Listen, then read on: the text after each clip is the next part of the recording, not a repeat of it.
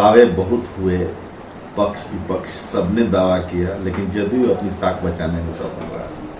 देखिए, पहली बात तो ये समझना होगा कि वो दोनों सीट जेडीयू की ही थी और दोनों जेडीयू के माननीय विधायक के निधन के बाद सीट खाली हुई थी और जेडीयू ने अपनी सीट बचाई। और अगर तुलनात्मक पिछले चुनाव से करेंगे तो 2020 के चुनाव में तारापुर में जितने मार्जिन से जेडीयू ने सीट जीती थी उनका मार्जिन कम हुआ। ठीक है, चुनाव में जीत जिनकी होती है वो मानना पड़ेगा, जनादेश को हम स्वीकार करते हैं, जेडीयू को बधाई देते हैं जीत के लिए, लेकिन जनता का दिल तेजस्वी यादव जी ने जीता। इसलिए कि हम पहले 19-20 राउंड तक आरजेडी ने बढ़त बनाई थी। कुशेश्वर स्थान में भी उनके पुत्र, जिनके पिता का निधन हुआ था, जो सिटिंग विधायक थे, वो लड़ रहे थे। सहानुभूति वोट भी कुछ हुआ और साम दाम दंड भेद सारी ताकत डबल इंजन की सरकार ने लगाई। इसके बाद भी पानी पिला दिया हमारे नेता तेजस्वी यादव जी ने। वो अपनी दोनों सीट जीते नहीं, सीट को बचाए। हमने वहां पर अपना जनाधार और मजबूत किया।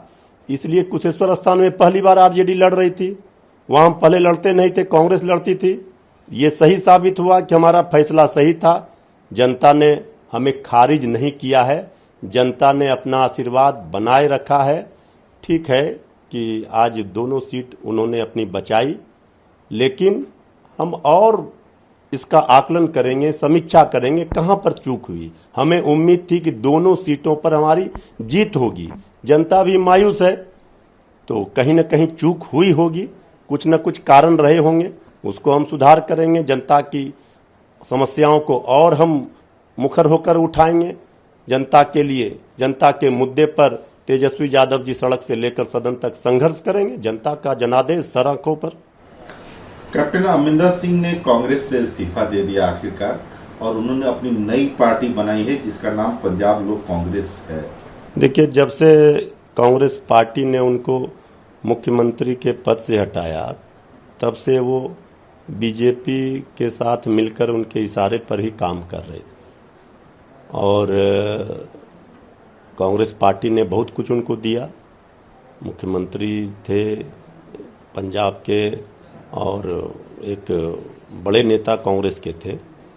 अगर सिर्फ उनका ये उद्देश्य था, कांग्रेस के आला कमान ने, नेतृत्व ने निर्णय लिया, उनको बदल दिया गया, लेकिन उन्होंने जल्दबाजी में जिस कांग्रेस ने सब कुछ दिया उसको छोड़कर नई पार्टी बनाई है।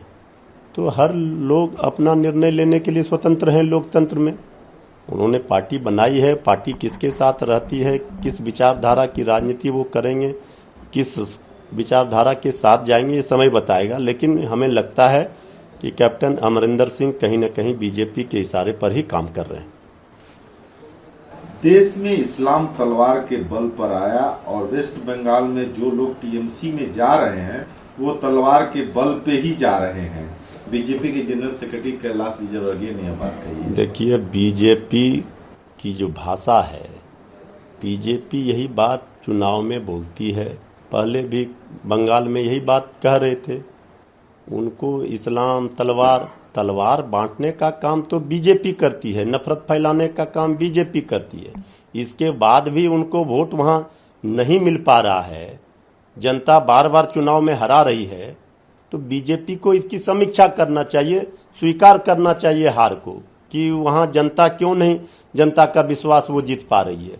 तो ये इस्लाम और तलवार, ये नफरत की भाषा, उन्माद की भाषा बोल करके वो जो चाह रहे हैं कि वोटों का ध्रुवीकरण होगा, इसमें उन्हें कामयाबी नहीं मिलेगी। विराट कोहली के परिवार को धमकी भरा मैसेज मिला है, उनकी बेटी के साथ रेप करने का धमकी मिला है। डीसीडब्ल्यू ने दिल्ली पुलिस को कार्रवाई करने का को कहा है।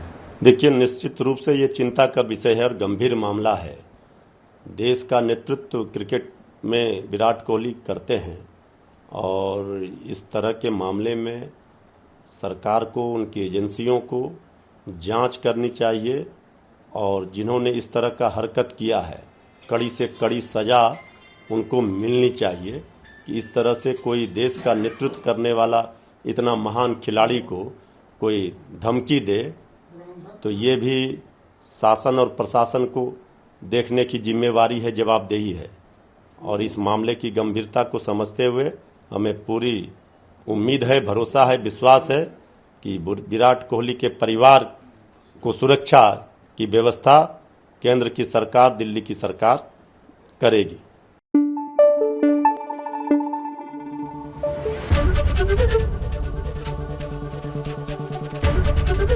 एबीपी न्यूज आपको रखे आगे।